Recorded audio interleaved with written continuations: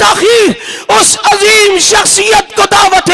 خطاب دے رہا ہوں جو جسم کے لحاظ سے تو کمزور ہے لیکن اس کی استقامت خدا کی قسم جبل احد سے زیادہ بڑی ہے، جس نے ہزاروں جنازے اٹھا کر صحابہ سے محبت کی سودے بازی نہیں کی، کبھی اس نے مشن پر آنچ نہیں آنے دی، جو لگتا تو ہڈیوں کا پنجرا ہے لیکن دنیا کفر کو اس نے تگنی کا ناچ نچوایا ہے، اپنے کمزور جسم کے باوجود دنیا رفض کو یہ بتایا ہے تم پوری طاقت کے ساتھ آ جاؤ، ہم نبی کی محبت اور صحابہ کی محبت سے سرشار ہو کر میدان عمل میں آئیں گے۔ اکابرین نے ان کا ساتھ دیا، آپ نے ان کا ساتھ دیا، آج الحمدللہ کئی حملوں کے باوجود شہادتیں ہوئی گنمینوں کی، خود زخمی ہوئے، اس کے باوجود الحمدللہ اسی سٹیج پر کھڑے ہیں، آپ کے سامنے موجود ہیں۔ خدایا ان کا سایہ سلامت رکھ۔ میں اب دعوت خطاب دیتا ہوں، یہ پیارا پیارا، یہ راج دلارا۔ الحمدللہ وحدہ والصلاة والسلام علی من لا نبی بعدہ، اما بعد فاعوذ باللہ من الشیطان الرجیم، بسم اللہ الرحمن الرحیم۔ فإن آمنوا بمثل ما آمنتم به فقد اهتدوا، صدق اللہ العظیم۔ وقت انتہائی مختصر ہے، میں آج کوئی گفتگو کرنے کی نیت سے آیا بھی نہیں ہوں۔ اسٹیج پر موجود تمام علماء کرام، زعماء ملت، مشائخ اعظام کو شکریہ ادا کرتا ہوں، ان کی عزم، ہمت اور جذبے کو سلام عقیدت پیش کرتا ہوں۔ بالخصوص اس کراچی کمیٹی کے سربراہ میرے استاذ محترم حضرت شیخ الحدیث رحمۃ اللہ تعالی علیہ کے جانشین حضرت مولانا ڈاکٹر عادل خان صاحب اور پوری کراچی کمیٹی جس نے بڑی محنت کے ساتھ اس پروگرام کے انتظامات کیے، اور میں ان نوجوانوں اور ساتھیوں کو بھی جنہوں نے رات بھر محنت کی، پرسوں دن بھی محنت کی اور محنت کر کے آپ کے لیے یہ پنڈال سجایا ہے، اور آج تا حد نگاہ لوگوں کا یہ سمندر جو نظر آ رہا ہے۔ میرے دائیں جانب علیحدہ جلسہ ہے، اگر آپ اسٹیج کے پیچھے چلے جائیں تو وہ علیحدہ عوام کھڑی ہے، اور اس طرف جو لوگ اس روڈ پر کھڑے ہیں وہ علیحدہ ہیں۔ جلسے کے وقت یہ کہا گیا تھا کہ ایک روڈ کا انتخاب کیا جائے، یہاں اگر 5 روڈ بھی ہوتے تو آج ناکافی ہو جاتے۔ اہلیان کراچی نے صحابہ کرام سے محبت اور عقیدت کا جو آج ثبوت دیا ہے، میں سمجھتا ہوں یہ کھلا جواب ہے۔ آج اگر اسٹیج پہ بیٹھا کوئی شخص کوئی ایک بات بھی نہ کرے تو کیا یہی بات کافی نہیں ہے کہ ہر شہری اٹھ کر آ گیا ہے، جس جماعت سے بھی اس کا تعلق ہے، ہر جماعت کے تعلق کو اپنی جگہ چھوڑ دیا، ہر ایک رشتے کو اپنی جگہ چھوڑ دیا، اور آج لوگوں نے برملا کہہ دیا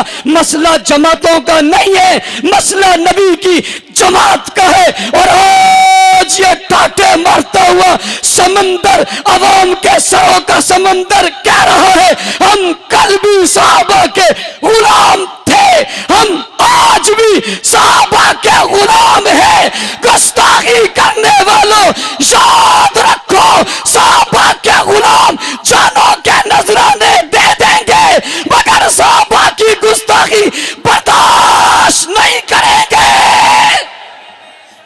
اور اگلی بات، نعروں کا چونکہ وقت نہیں ہے اور آپ نے لگانے بھی نہیں ہے، میں آپ سے کہتا ہوں آپ بڑے پرامن طریقے سے آئیں اور آپ یہاں پہنچے، لیکن ابھی آپ نے ایک سفر اور کرنا ہے، آپ نے واپس بھی جانا ہے، آپ نے واپسی کا سفر بھی پرامن کرنا ہے۔ آپ نے رستے میں کسی قسم کی کوئی نعرے بازی نہیں کرنی، بڑی اسی ہمت اور امن کے ساتھ جو آپ آئے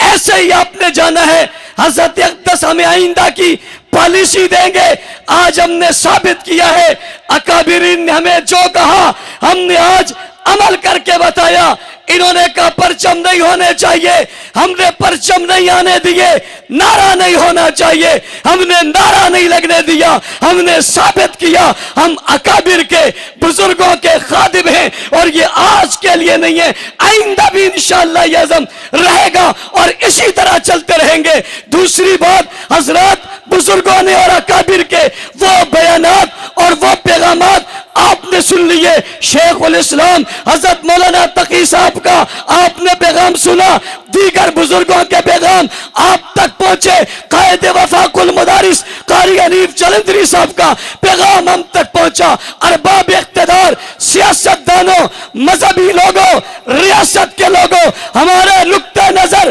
ہمارا بیانیہ غلط نہیں ہے، ہم ملک میں افراتفری نہیں چاہتے،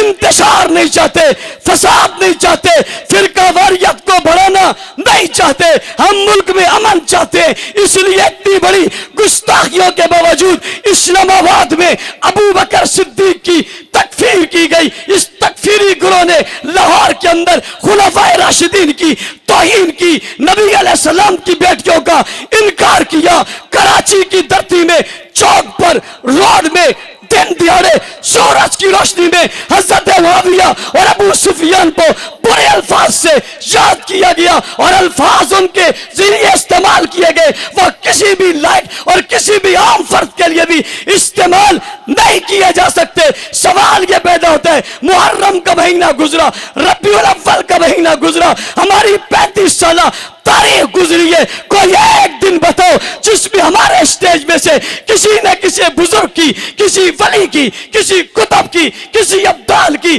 گستاخی کی ہو۔ آپ کہتے ہو یہ سازش ہے، تو میں پوچھنا چاہتا ہوں اس سازش کے لیے میدان کون سا ہے، آیا کون ہے، گستاخی کی کس نے ہے، جملے کس نے ادا کیے، اس کا کس فرقے سے تعلق ہے، کس جماعت سے تعلق ہے، یہ بات ذہن میں رہنی چاہیے۔ پھر سازش کا حصہ بھی وہی بنے ہیں، سازش کا گھر بھی وہی بنے ہیں، سازش کا دا بھی وہی بنے ہیں، اور انہوں نے پھر کہا ہماری یہ عبادت ہے، انہوں نے کہا ہماری یہ عبادت ہے، اور کہا یہ ہم ہمیشہ سے پڑھتے آ رہے ہیں، یہ تو میڈیا نے نشر کر دی ہے۔ اس کا مطلب ہے جو چیزیں چلی آ رہی ہے انہیں رکنا چاہیے۔ ہمارا مطالبہ دہشت گردی پر مبنی نہیں ہے۔ شیخ الاسلام کے اس بیانیے کے مطابق میں کہنا چاہوں گا ان خنجر بردار جلوسوں کو جن میں توہین ہوتی ہے یہ بند ہونے چاہیے، نہیں ہونے چاہیے۔ یہ آواز صرف میری نہیں ہے، پہلے سنت مکاتب فکر